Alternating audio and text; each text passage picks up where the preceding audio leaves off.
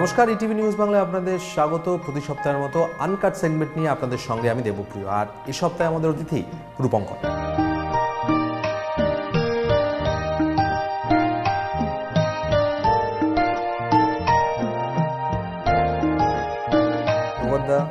নমস্কার, ETV news বাংলায় তোমাকে স্বাগত। এবং অবশ্যই যেটা বলার যে তোমার নতুন অ্যালবাম অ্যাকোয়াস্টিক, লোকে এখন অ্যালবাম করছে না,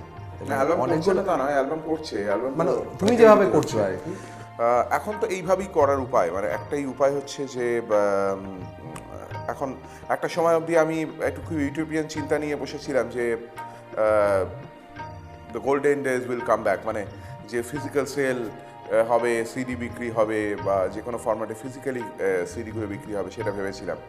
কিন্তু দেখলাম যে এটা ইউটোপিয়ান চিন্তা, স্বর্ণযুগ আর ফিরছে না, বা ওই যুগটা আর ফিরছে না। হয়তো এটাই স্বর্ণযুগ হতে চলেছে মেবি। এখন ডিজিটালের বাজার, এখন গান সবাই মোবাইলে শোনে, মোবাইলে বই পড়ে, মোবাইলে খবর দেখে, মোবাইলে সব কিছু দেখে। মোবাইলটাই যে জিনিসটা পকেটের মধ্যে রয়েছে সেটাতেই তার জীবন।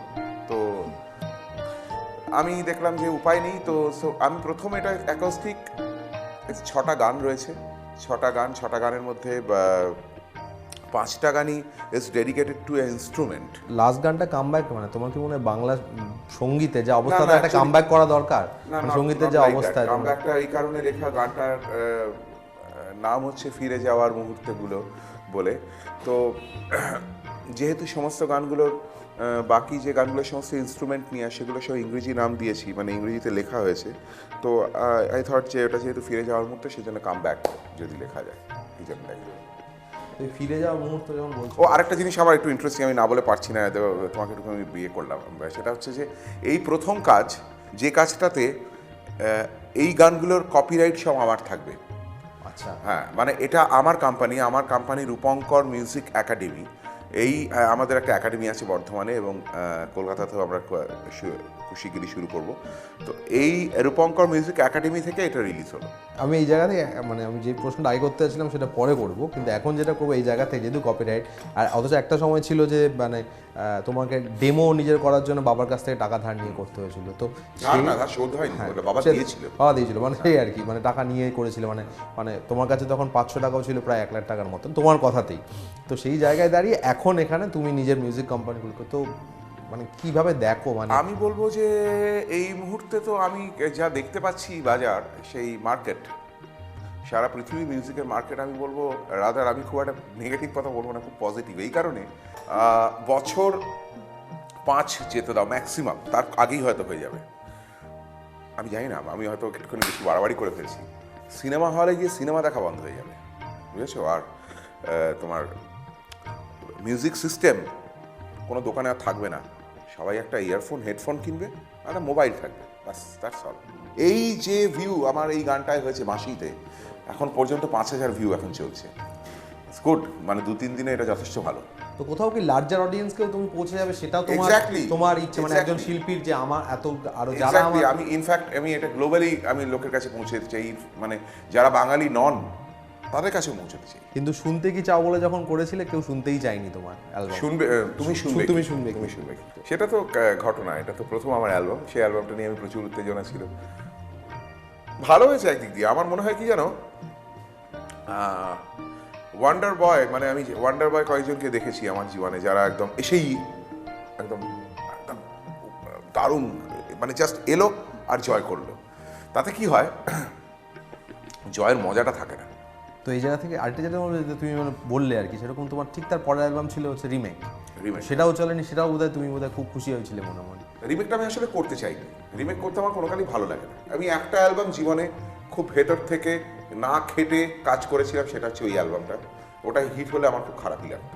তোমার কি প্রথম থেকে, মানে শিল্পীরা যেটা ভাবে, মানে যারা আর কি অরিজিনাল গান গান, যে মানে যে কোনো শিল্প সৃষ্টি সমকালীনটা বড় ব্যাপার নয়, সামনের দিকে কতটা হচ্ছে এবং কতটা শিল্প মূল্য, সেটা কতটা আছে, সেটা ভীষণ ইম্পর্টেন্ট। এবং সেটা কি তোমার মানে তখন থেকে তুমি মানতে যে মানে যদি মৌলিক কাজ না করি? হ্যাঁ, আমার সবসময় মনে হচ্ছে মৌলিক গান করাটাই উচিত আর কি। মানে আমি যদি একটা সিঙ্গার হই, কভার সং আমি গাইতেই পারি, আমি একটা দুটো গাইতে পারি। অনেকে তোমার ইমাজিন জন লেননের তৈরি করা তার কভার প্রচুর লোকে গেছে, অনেক বড় বড় শিল্পীরা গেছে, সেটা অন্য ব্যাপার। কিন্তু আমি যদি সারাক্ষণ শুধু কভার সংই গাই, তাহলে আর আমার মানে সেটার মধ্যে আর মজা কি, যদিও আমাকে উষা দিয়ে আবার অন্যরকম একটা কনসেপ্ট দিয়েছিল। উষা দিয়ে মানে সবচেয়ে ইন্টারেস্টিং ক্যারেক্টার আমার জীবনে, এই কারণে যে উষা উত্তপ হচ্ছে একজন ট্রু পারফর্মার। অ্যান্ড উষা দিয়ে আমাকে বলেছিল, দেখো পৃথিবীতে কোনোদিন কখনো একজন তুমি পারফর্ম করতে এসছো, ইউ নেভার সে নো। মানে অ্যাকচুয়ালি কথাটা উঠেছিল যে আমি একটা শোতে গান গাইতে গেছিলাম, সেখানে উষাদি উপস্থিত ছিলেন। আমাকে একজন এসে, তখন খুব জনপ্রিয় ছিল ভূমির বারান্দায় রোদ্দুর, আমাকে বারান্দায় রোদ্দুর গাইতে বলেছে। তখন আমি বলেছিলাম, আমি বারান্দায় রোদ্দুর তো আমি গাইবো না, তার জন্য আপনাকে ভূমিকে নিয়ে আসতে হবে, ভূমি আসবে, ভূমি এসে গাইবে। তখন আমাকে উষাদি বললো, তুমি এরকম করে কখনো বলো না কথা, যে গানটা জনপ্রিয় হয়েছে তুমি যদি বারান্দায় রোদ্দুর গাও তাহলে কি হবে, কি এসে গেল, তুমি একটা শোতে বারান্দায় রোদ্দুর গাইলে তো কি এসে গেল তাতে, তো সুরজিৎ যদি তোমার ভোকারটা গায় তাহলে কি এসে গেল, কি এই ইনহিবিশনগুলোকে কাটিয়ে ফেলা, এইগুলো খুব ইম্পর্টেন্ট। তোমার যদি টার্নিং পয়েন্ট বলি তাহলে কি বন্ধু দেখা হবে? বন্ধু দেখাবে গানটা ভিডিওটা হিট করেছিল, ওই একটা পার্টিকুলার চ্যানেলে দেখাতো তখন। ওটার পরে কি তোমার মানে মানে রূপঙ্কর হিসেবে ওই লোকে লোকের বন্ধু কাছে দেখাবে বলে শো এ ডাকতে শুরু করলো, তখন ওই বন্ধু দেখাবে মানে আস্তে আস্তে শোটা বাড়তে শুরু করলো। হ্যাঁ, ওটাই টার্নিং। যে বন্ধু তোমার জন্য এই গান কথা সুর লিখেছিল, মানে দুর্ভাগ্যবশত অঞ্জন রায়। একটা ভুল প্রিন্টিং ভুলের জন্য হ্যাঁ, ও তারপরে একদমই আমার সাথে খুব মানে এতটাই দুঃখ পেয়েছিল, খুবই স্বাভাবিক। আমি হলে হয়তো আমিও পেতাম। আমি প্রচুর শোতে, প্রচুর টিভি শোতে, প্রচুর রেডিও শোতে এবং মানে লাইভ শোতে সবসময় বলেছি এই গানটা লিখেছেন অঞ্জন রায়, সুর রূপঙ্কর, কিন্তু কেউ জানে না, সবাই বলে এটা তো আপনার কথা, আপনার সুর।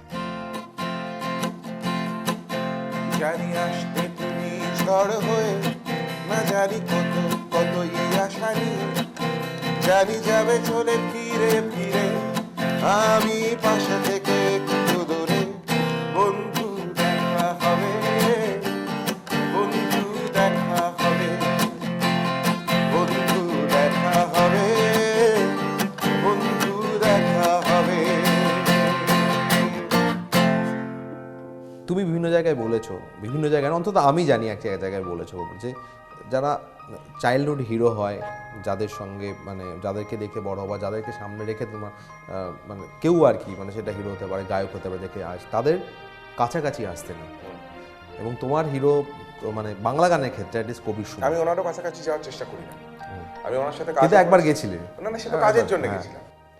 কাজের জন্য তো কাছাকাছি যেতেই হবে, কাজ তো দূরে থেকে করা যাবে না। আর একবার প্রথম যখন গেছিলে তখন চাকরি করতে বলেছিলেন কবি। অ্যাকচুয়ালি সুমনদার গানই তো আমাকে বাংলা গান করাতে, কারণ সেই সময় যে ধরনের গান বাজনা ছবিতে বা বাংলা আধুনিক গান হতো সেগুলো ট্র্যাশ ছিল, সব একেবারে বোগাস গান বাজনা সব হতো।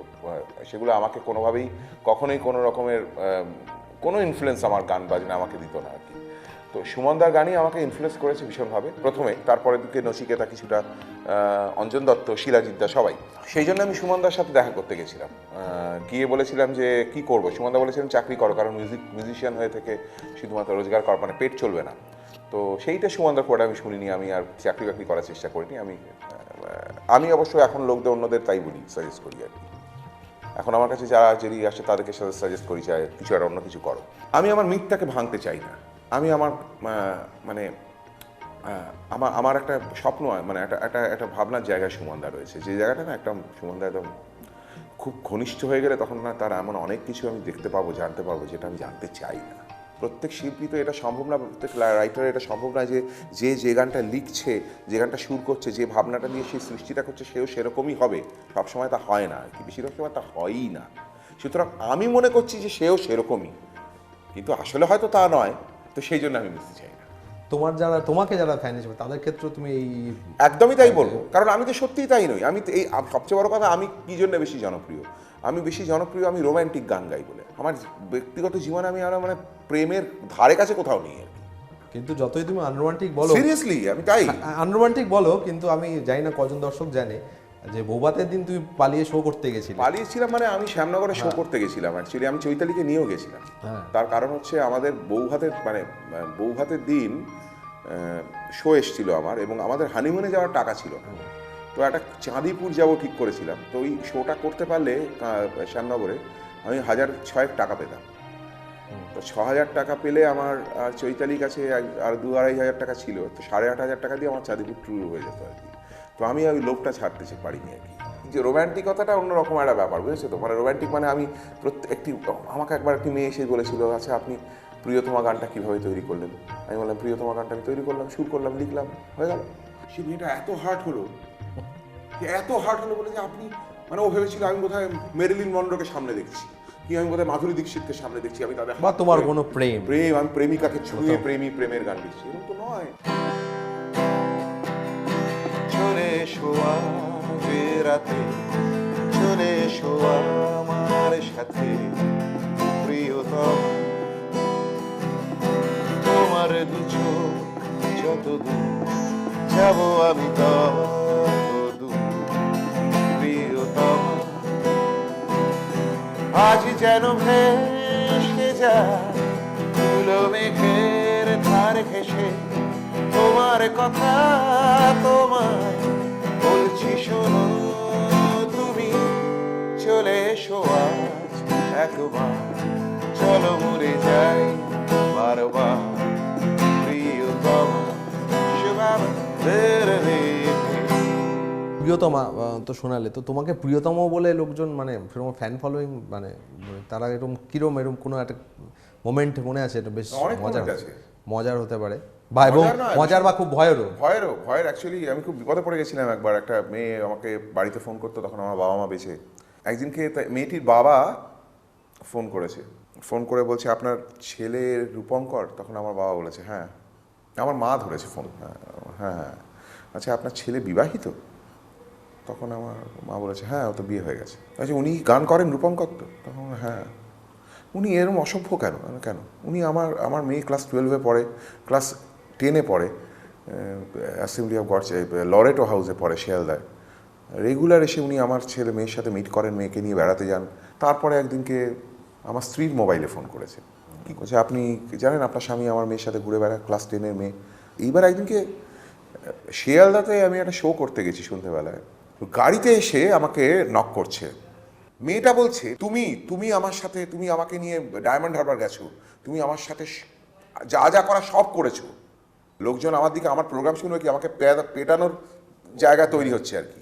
ওখানকার অর্গানাইজাররা তারপরে এসে ঝামেলাটা মিটিয়ে তারপর শোটা করে ওখানে তখন মিটলো। তারপরে আমি একটা এফআইআর করলাম পুলিশে। পরবর্তীকালে আমি পুরো ডিটেলসে যাচ্ছি না, আমি মেয়েটির সাথে পরে মিট করেছিলাম এবং আমার স্ত্রী আমি দুজনে মিলেই মিট করেছিলাম।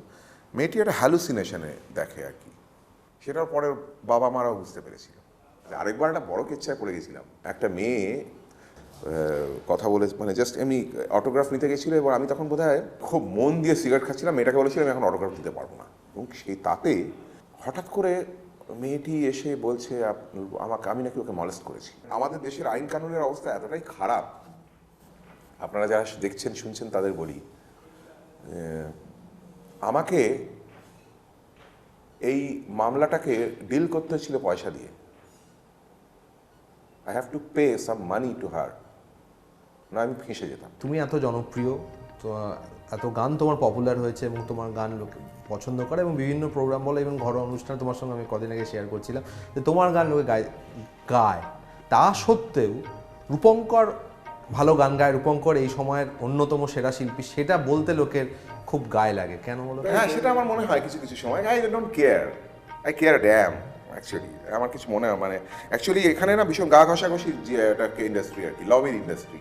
এই যত তুমি এর অন্যের সাথে গা ঘষবে, যত তুমি ওকে ভালো বলবে, ওর সাথে ওর বউয়ের সাথে তোমার বউয়ের বন্ধুত্ব হবে, ওর সাথে ও কারোর সাথে ওর সাথেই তোমাকে বেড়াতে যেতে হবে, ওর সাথেই তোমার পার্টি করতে হবে, যত এই জীবনটা তোমাকে চালিয়ে যেতে পারবে ততই তুমি তখন লোকজন বলতে শুরু করবে এ ধরনের কথা। তার আগে এগুলো বলেন। আসলে আমি কোনো লবিতে নেই।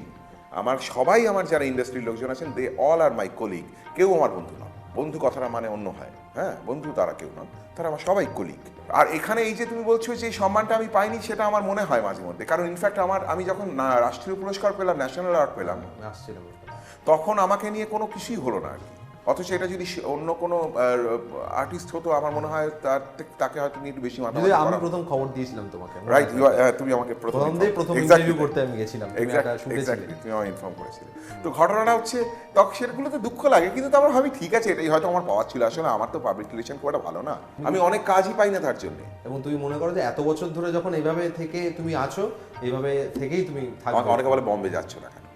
বম্বে গিয়ে আমি পারবোই না, আমি বম্বে লাইফস্টাইলের সাথে আমি ম্যানেজই করি। তুমি বম্বে যেতে চেয়েছিলে প্রথম যেতে চেয়েছি একদম একদম, তাই তো? একদম। তুমি কি ভাগ্যে বিশ্বাস করো?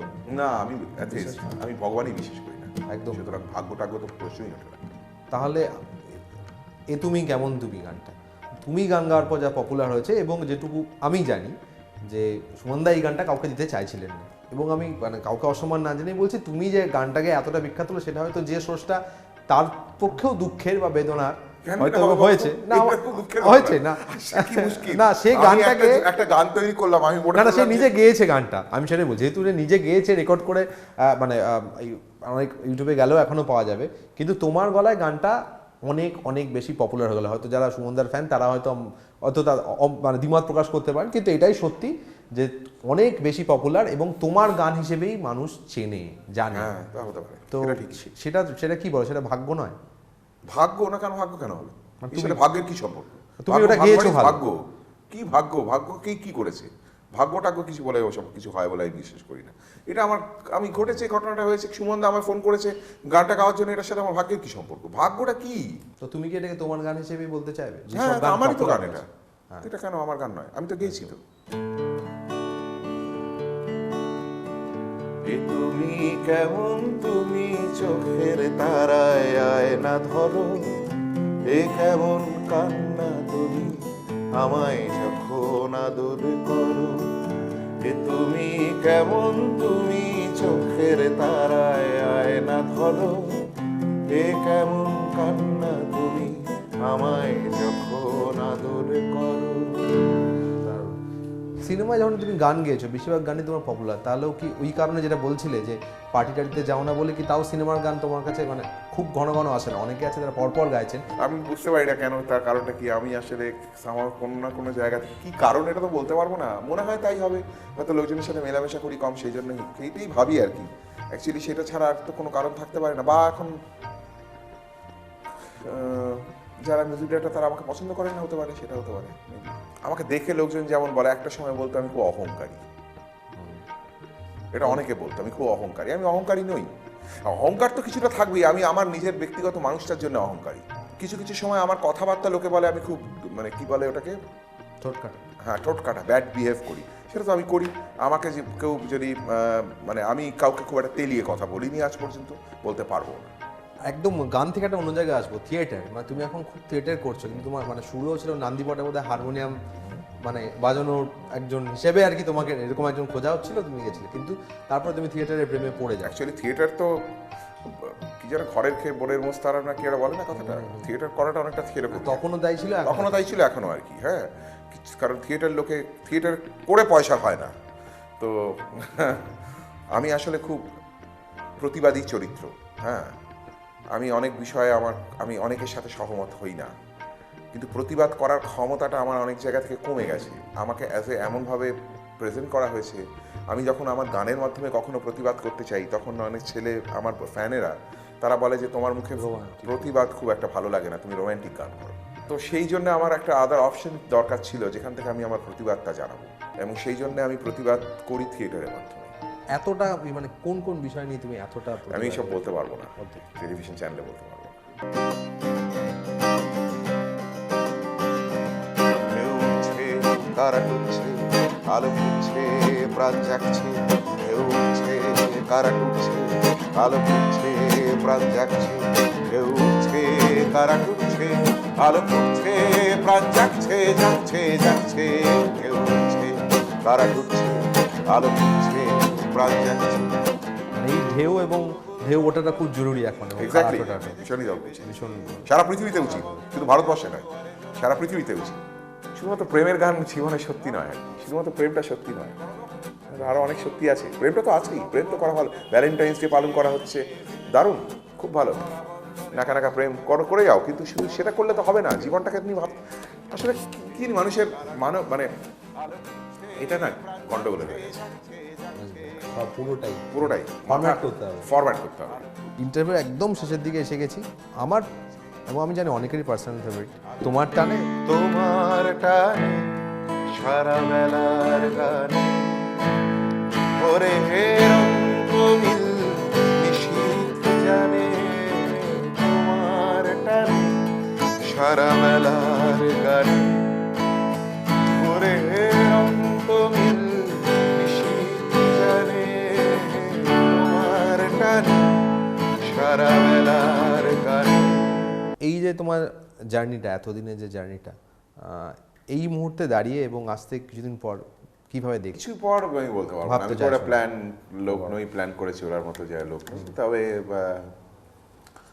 আমি 60 যদি লোকজন আমার পছন্দ করেন গান বাজনা, তাহলে 65 অবধি গান বাজনা করবো, তারপর করবো না।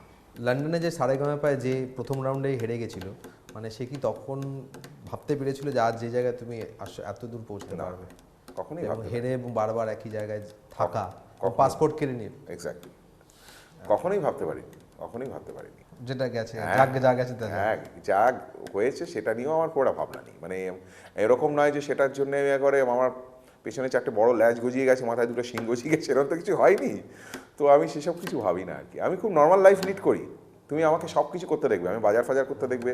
মানে শিল্পীরাও মানুষ আর কি এই হিসেবে। কারণ কবিতা, আমার মনে আছে কবিতা কৃষ্ণদী একটা ইন্টারভিউতে বলেছিলেন বহুদিন আগে, যেমন উনি বাজার করেন, মানে যখন উনি জনপ্রিয় সেই সময় দাঁড়িয়ে বলেছিলেন, কারণ কারণ একটা সময় আসবে সেই জনপ্রিয়তা থাকবে না। সবারই আমারই তো হবে। আমি যে এত কথা বলছি আমারই হবে। এই যে লোকে আমার এত চেনে, সে কি আমার ভালো লাগে না? না চিনলে মুখটা সামনে নিয়ে যাই তো। ইনফ্যাক্ট এই যে তোমরা প্রিন্ট মিডিয়া আর অ্যাকচুয়ালি ইলেকট্রনিক মিডিয়া, তো মিডিয়াকে আমার মনে হয় ওরা হচ্ছে হিরো। ইনফ্যাক্ট তাই, ওরা যেই ঢোকে ক্যামেরা নিয়ে, আর ওই সেলিব্রিটিদের মধ্যে তখন ওই এসে গেছে, চলো ওর ধার কাছে গিয়ে দাঁড়িয়ে যদি একটা ছবি বেরোয়। এরকম ধান্দাবাজি আমি করতে দেখেছি, হাস্যকর, আমার হাসি পায় দেখলে। একটা ছবি তোলার জন্য, একটা রিলিজ হচ্ছে, সেটাকে ধরে ছবি তোলার জন্য এরকম করে পুশ করতে দেখেছি একজনকে আরেকজনকে, সামনে যাবে বলে। সময় একদম শেষ। তোমার যে নতুন অ্যালবাম, থ্যাংক ইউ। এটা যে তুমি বলেছো, নতুন কখন থেকে ভাবছি যে ওটার প্রমোট কখন করবে। এমন যে গান তোমার প্রিয় আর কি অ্যালবাম থেকে, মানে বাঁশি তো আমরা শুনেছি, তার খুব মিস করেছি তোমাকে, জানলার ওদিকে পাহাড়। খুব মিস করেছি তোমাকে, একটা ছোট